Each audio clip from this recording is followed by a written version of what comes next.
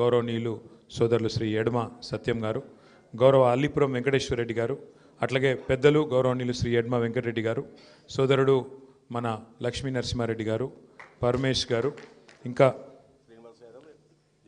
శ్రీనివాస్ యాదవ్ గారు, జోగు వీరయ్య గారు, ఇంకా వేదికపైన ఆసీనులైన పెద్దలందరికీ పేరు పేరున ఈరోజు కల్వకుర్తిలోని మరి వివిధ మండలాల నుంచి విచ్చేసిన పార్టీలో చేరుతున్న మరి సోదరులందరికీ కూడా హృదయపూర్వకంగా స్వాగతం, సుస్వాగతం. జైపాల్ యాదవ్ గారు మరి ఖర్చు తప్పించుకున్నందుకు ప్రోగ్రాం ఇక్కడ పెట్టినా అని చెప్పిండు.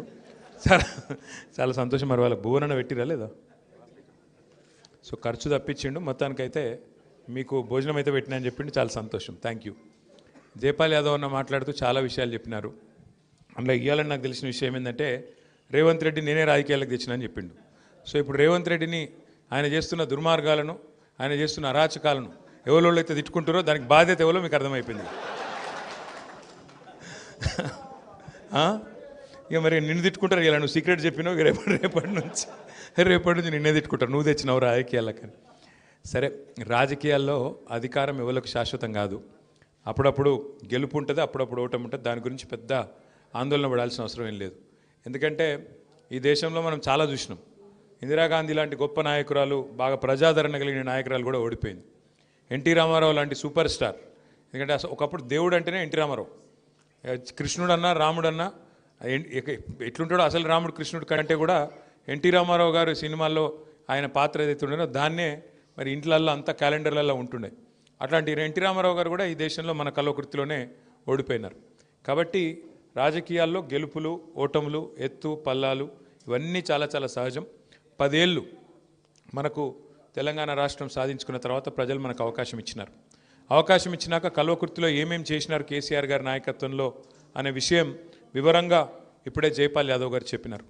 రాష్ట్రంలోనే అత్యధికంగా వ్యవసాయ పంపు సెట్లు ఉన్న కాన్స్టిట్యున్సీ కల్వకుర్తి.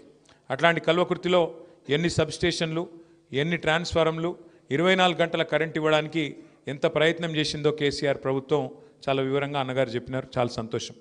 దాంతోపాటు ఉమ్మడి పాలమూరు జిల్లాలో, ఉమ్మడి మహబూబ్నగర్ జిల్లాలో ప్రస్తుత నాగర్ కర్నూలు, వనపర్తి, అట్లాగే గద్వాల, నారాయణపేట, మహబూబ్నగర్ జిల్లాల్లో కొత్తగా కేసీఆర్ గారి ప్రభుత్వం వచ్చిన తర్వాత, తెలంగాణ రాష్ట్రం వచ్చిన తర్వాత 8 లక్షల ఎకరాలకు సాగునీరు ఇచ్చిన ప్రభుత్వం కేసీఆర్ ప్రభుత్వం అనే మాట నేను మీకు గుర్తు చేస్తా ఉన్నాను. పాలమూరు అంటేనే వలసల జిల్లాగా పేరుపడ్డ పాలమూరుకి రివర్స్ మైగ్రేషన్, ఒకవైపు రివర్స్ ఇరిగేషన్ అంటే రివర్స్ పంపింగ్ చేసి, అప్పుడెప్పుడో చెప్తారు పెద్దలు, భగీరథ ప్రయత్నం చేసి దివిలో ఉన్న గంగను భువికి దించిండు అంటారు. అంటే ఆకాశంలో ఉండే గంగను కిందికి తీసుకొచ్చిండని చెప్తారు ఆనాడు భగీరథుడు.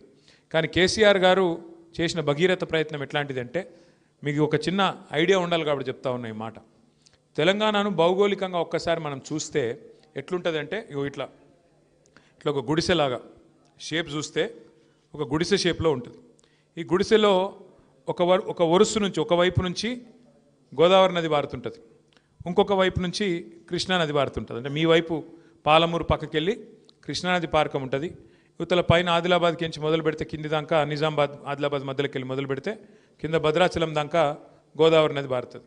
కానీ భూమి ఇట్లా ఎత్తు మీద ఉంటుంది, నది కిందికి వెళ్ళిపోతుంటుంది. కృష్ణానది 110, 120 మీటర్ల మీద కృష్ణానది పారుతుంటుంది. అట్లాగే గోదావరి చూస్తే 80, 90, 100 మీటర్ల మీద సముద్ర మట్టానికి 80, 90, 100 మీటర్ల మీద గోదావరి పారుతుంది. ఇప్పుడు మనం కూర్చున్న హైదరాబాదు 535 మీటర్ల మీద ఉంటుంది. అంటే మీ కృష్ణానది ఏదైతే శ్రీశైలం కాల నుంచి మొదలు పెడితే కింద ఆ బీచ్పల్లి దాకున్నదో అదంతా కూడా 100, 120 మీటర్ల మీద ఉంటే హైదరాబాద్ 400 మీటర్లు ఇంకా పైన. అందుకే ఇట్లుంటుంది తెలంగాణ అని చెప్తున్నా మీకు. అంటే ఒక గుడిసె లెక్క. మరి నీళ్లు పైకి తేవాలంటే, నీళ్లు ఈ పైన ఉండే భూభాగానికి తేవాలంటే మార్గం ఏంది? అందులో ఇప్పుడే మీ అన్న జైపాల్ అన్న మన లక్ష్మీదేవిపల్లిని యాడ్ చేసినాడు. ఏది మన కొందుర్గు మండలం షాద్నగర్ కాన్స్టిట్యున్సీ లక్ష్మీదేవిపల్లి. 660 మీటర్ల మీద ఉంటుంది. అక్కడ 660 మీటర్ల మీదకి ఉంటుంది. ఏది కృష్ణానది 120 మీటర్ల మీద ఉంటే లక్ష్మీదేవిపల్లి 660 మీటర్ల మీదికి, అంటే దగ్గర 400 మీటర్లు, 500 మీటర్లు పైన ఉంటుంది అన్నట్టు. 1/2 కిలోమీటర్ మీద ఉంటుంది లక్ష్మీదేవిపల్లి. మరి నీళ్ళు ఎట్లా తేవాలి? షాద్నగర్కి ఎట్లా రావాలి, జడ్చర్లకి ఎట్లా రావాలి, కల్వకుర్తికి ఎట్లా రావాలి, అచ్చంపేటకి ఎట్లా రావాలి, నాగర్ కర్నూలుకి ఎట్లా రావాలి, వనపర్తికి ఎట్లా రావాలి, నారాయణపేటకి ఎట్లా రావాలి, ఏం చేయాలి ఆలోచించి కేసీఆర్ గారు మరి ఇంజనీర్లతోన ఇంకా ఇతర పెద్దలతోన ఆలోచించి నీటిని రెండే మార్గాలు ఉంటాయి తెనిక. ఒకటి సొరంగ మార్గం ద్వారా తవ్వుకొని కిందికి తీసుకొచ్చి మళ్ళీ భూమిలోకి వెళ్ళి పైకి గుంజాల.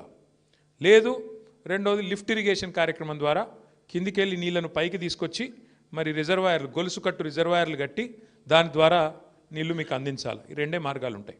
అందుకే కాళేశ్వరం అనే ప్రాజెక్టు గోదావరి మీద, అట్లాగే ఇక్కడ పాలమూరు రంగారెడ్డి ఎత్తిపోతల పథకం అనేది మనకు కృష్ణానది మీద కట్టింది కేసీఆర్ గారు. కాళేశ్వరం ఏమో మొత్తం పూర్తయింది. సరే, పాలమూరు రంగారెడ్డి ఎత్తిపోతల పథకం 90% పూర్తయింది. అందులో భాగంగానే కట్టిన రిజర్వాయర్లు నార్లాపూర్ కానీ, ఏదుల కానీ, కరివెన కానీ, వట్టెం కానీ, ఉద్దండాపూర్ కానీ, ఇవన్నీ కూడా రిజర్వాయర్లు, గొలుసు కట్టు రిజర్వాయర్లు మీ జిల్లాలోనే, మీ ఉమ్మడి పాలమూరు జిల్లాలోనే కేసీఆర్ గారు 90% పని పూర్తి చేసి ఆఖరికి ఒక పంపు కూడా ఆన్ చేసి, మీకు గుర్తుండాల ఎలక్షన్లకు ముందే ఒక పంపు కూడా చాలు చేసి నీళ్లు కూడా చూపెట్టిండు కేసీఆర్ గారు. కానీ సరే, ఇప్పుడు ఈ రేవంత్ రెడ్డి గారి ప్రభుత్వం వచ్చినాక, కాంగ్రెస్ ప్రభుత్వం వచ్చినాక పాలమూరు బిడ్డనని చెప్పుకోవడం, మామగారి పేరు ప్రాజెక్టు పెట్టుకోవడం తప్ప ఇప్పటి వరకు సుక్క నీరిచ్చింది లేదు.